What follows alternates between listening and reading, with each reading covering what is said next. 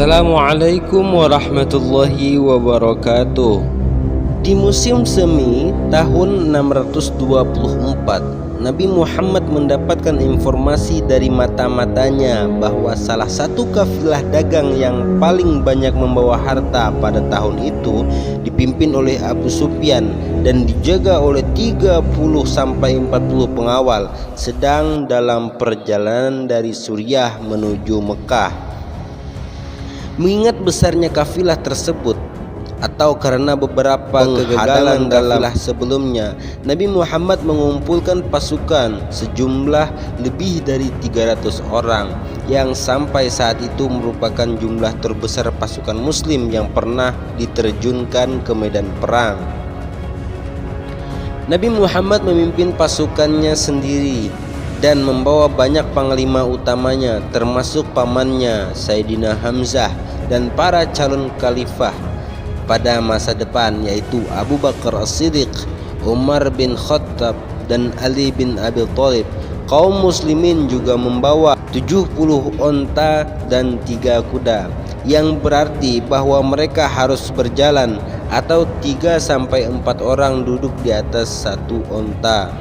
Namun banyak sumber-sumber kalangan muslim pada awal masa itu, termasuk dalam Al-Quran itu sendiri, tidak mengindikasikan akan terjadinya suatu peperangan yang serius. Dan calon khalifah ketiga Utsman bin Affan juga tidak ikut karena istrinya sakit. Ketika kafilah dagang Quraisy Mekah mendekati Madinah, Abu Sufyan mulai mendengar mengenai rencana Nabi Muhammad SAW untuk menyerangnya. Ia mengirim utusan yang bernama Damdam ke Mekah untuk memperingatkan kaumnya dan mendapatkan bala bantuan. Kaum Quraisy Mekah mempersiapkan pasukan sejumlah 900-1000 orang untuk melindungi kelompok dagang tersebut. Banyak bangsawan kaum Quraisy Mekah yang turut bergabung, termasuk diantaranya Amr bin Hisham, Walid bin Utbah, Saibah bin Rabi'ah, dan Umayyah bin Khalaf. Keikutsertaan mereka masing-masing berbeda. Beberapa ikut karena mempunyai bagian dari barang-barang dagangan pada kafilah yang sedang berlangsung tersebut. Yang lainnya ikut untuk membalas dendam atas Ibnu Al-Hadrami, penjaga yang tewas di Nakhlah, dan sebagian kecil ikut karena berharap untuk mendapatkan kemenangan mudah atas kaum muslimin. Amr bin Hisham juga disebutkan menyindir setidak-tidaknya seorang bangsawan, yaitu Umayyah bin Khalaf, agar ikut serta dalam peperangan ini. Di saat itu pasukan Nabi Muhammad SAW sudah mendekati tempat penyergapan yang telah direncanakannya, yaitu di Sumur Badar, suatu lokasi yang biasanya menjadi tempat persinggahan bagi semua kafilah yang sedang dalam rute perdagangan dari Suriah. Akan tetapi beberapa orang petugas pengintai kaum muslimin berhasil diketahui keberadaannya oleh pengintai kafilah dalam Quraisy tersebut, dan Abu Sufyan kemudian langsung membelokkan arah menuju Yanbu. Pada saat itu telah sampai kabar kepada pasukan muslim mengenai keberangkatan pasukan dari Madinah. Muhammad SAW segera menggelar rapat dewan peperangan, disebabkan karena masih adanya kesepakatan untuk mundur, dan di antara para pejuang muslim banyak yang baru saja masuk Islam, disebut kaum Ansor atau penolong.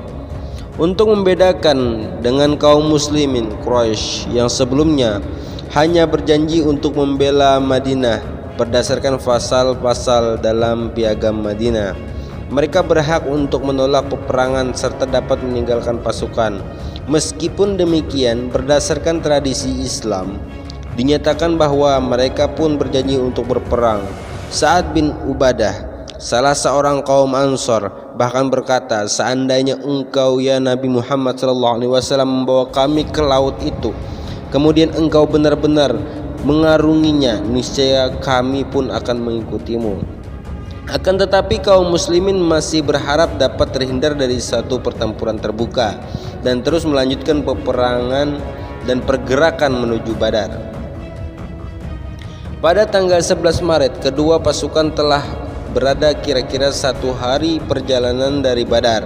Beberapa pejuang muslim, menurut beberapa sumber termasuk Ali bin Abi Thalib yang telah berkuda di depan barisan utama, berhasil menangkap 2 orang pembawa persediaan air dari pasukan Mekah di sumur Badar. Pasukan muslim sangat terkejut ketika mendengar para tawanan berkata bahwa mereka bukan berasal dari kafilah dagang, melainkan berasal dari pasukan utama Quraisy. Karena menduga bahwa mereka berbohong, para penyelidik memukuli kedua tawanan tersebut sampai mereka berkata bahwa mereka berasal dari kafilah dagang.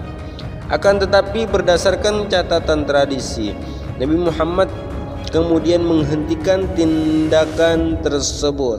Beberapa catatan tradisi juga menyatakan bahwa ketika mendengar nama-nama para bangsawan Quraisy yang menyertai pasukan tersebut, ia berkata, "Itulah Mekah. Ia telah melemparkan kepada kalian potongan-potongan hatinya." Hari berikutnya Nabi Muhammad SAW memerintahkan melanjutkan pergerakan pasukan ke Wadi Badar dan tiba di sana sebelum pasukan Mekah.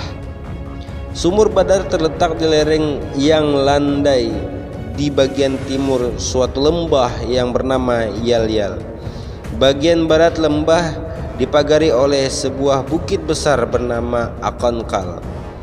Ketika pasukan muslim tiba dari arah timur, Nabi Muhammad SAW pertama-tama memilih menempatkan pasukan pada sumur pertama yang dicapainya, tetapi ia kemudian tampaknya berhasil diyakinkan oleh salah seorang pejuangnya untuk memindahkan pasukan ke arah barat untuk menduduki sumur yang terdekat dengan posisi pasukan Quraisy.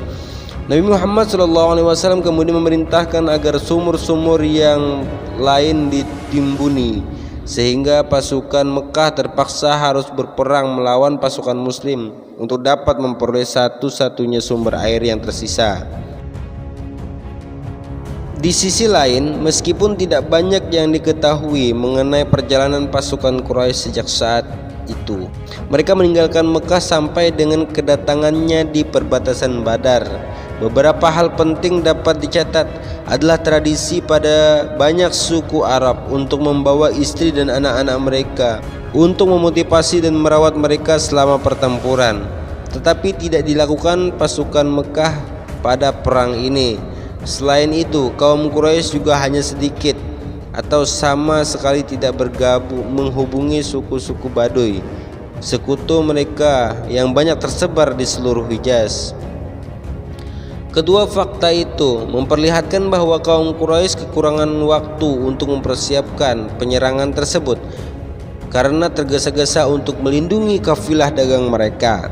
Ketika pasukan Quraisy sampai di Juhfah, sedikit di arah selatan Badar, mereka menerima pesan dari Abu Sufyan bahwa kafilah dagang telah aman berada di belakang pasukan tersebut, sehingga mereka dapat kembali ke Mekah. Muncul pertentangan kekuasaan di kalangan pasukan Mekah. Amr bin Hisham ingin melanjutkan perjalanan, tetapi beberapa suku termasuk Bani Zuhrah dan Bani Adi segera kembali ke Mekah. Suku-suku itu khawatir terhadap kekuasaan yang akan diraih oleh Amr bin Hisham dari menghancurkan kaum muslimin. Sekelompok perwakilan Bani Hashim yang juga enggan berperang melawan saudara sesukunya turut pergi bersama kedua suku tersebut.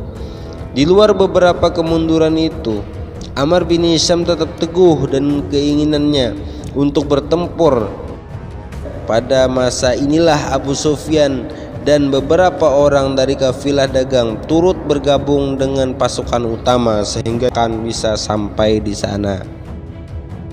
Di saat fajar tanggal 13 Maret, pasukan Quraisy membongkar kemahnya dan bergerak menuju lembah Badar setelah turun hujan pada hari sebelumnya, sehingga mereka harus berjuang ketika membawa kuda-kuda dan unta-unta mereka mendekati bukit Aqanqal. Beberapa sumber menyatakan bahwa matahari telah tinggi ketika mereka berhasil mencapai puncak bukit. Setelah menuruni Bukit Aqanqal, pasukan Mekah mendirikan kemah baru di dalam lembah. Saat beristirahat, mereka mengirimkan seorang pengintai, yaitu Umair bin Wahab, untuk mengetahui letak barisan-barisan Muslim.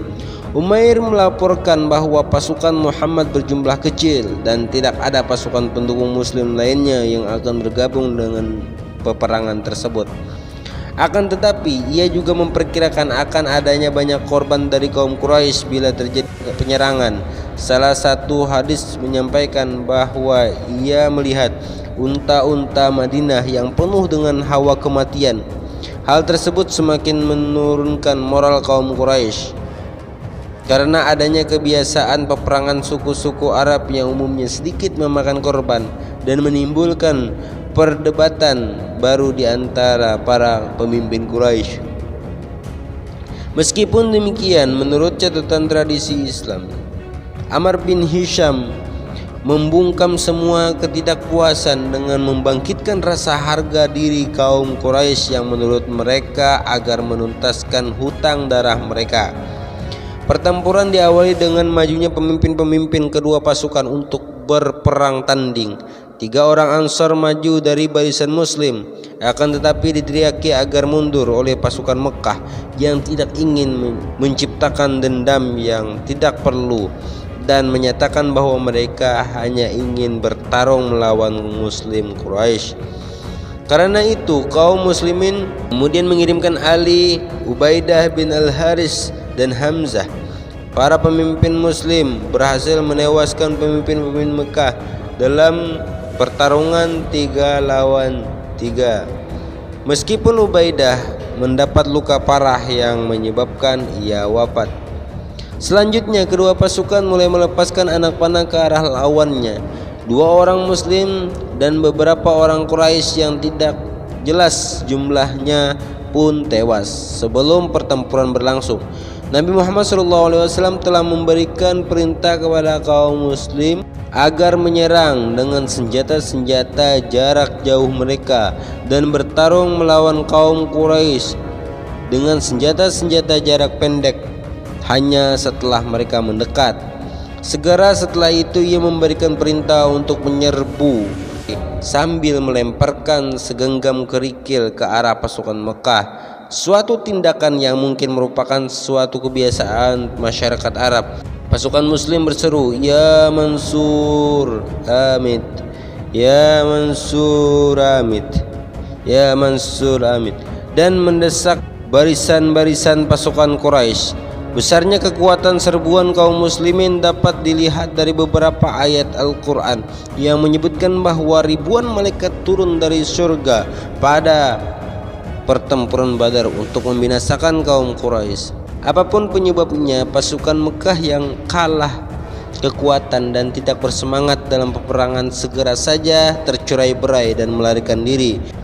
Sumber-sumber tidak menceritakan mengenai jumlah korban luka-luka dari kedua belah pihak dan besarnya selisih jumlah korban keseluruhan antara kedua belah pihak menimbulkan dugaan bahwa pertempuran berlangsung dengan sangat singkat dan sebagian besar pasukan Mekah terbunuh ketika sedang bergerak mundur.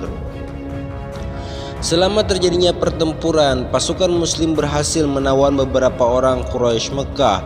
Perbedaan pendapat segera terjadi di antara pasukan Muslim mengenai nasib bagi para tawanan tersebut. Kekhawatiran awal ialah pasukan Mekah akan menyerbu kembali dan kaum Muslim tidak memiliki orang-orang untuk menjaga para tawanan. Sa'ad bin Umar berpendapat agar tawanan dibunuh, sedangkan Abu Bakar mengusulkan pengampunan. Nabi Muhammad akhirnya menyetujui usulan Abu Bakar dan sebagian besar tawanan dibiarkan hidup. Sebagian karena alasan hubungan kekerabatan. Salah seorang adalah menantu Nabi Muhammad SAW. Keinginan untuk menerima tebusan atau dengan harapan bahwa suatu saat mereka akan masuk Islam. Dan memang kemudian sebagian melakukannya. Setidaknya 2 orang penting Mekah, Amr bin Hisham dan Umayyah, tewas pada saat atau setelah pertempuran Badar.